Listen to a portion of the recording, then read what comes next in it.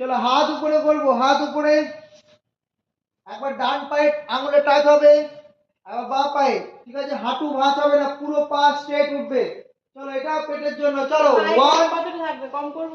হ্যাঁ না ঠিক আছে, ওটা ঠিক আছে। চলো 1 2 3 4 5 6 7 8 9 10 11 12 13 14 15 16 17 18 19 20 21 22 23 24 25 26 27 28 29 30। রিল্যাক্স।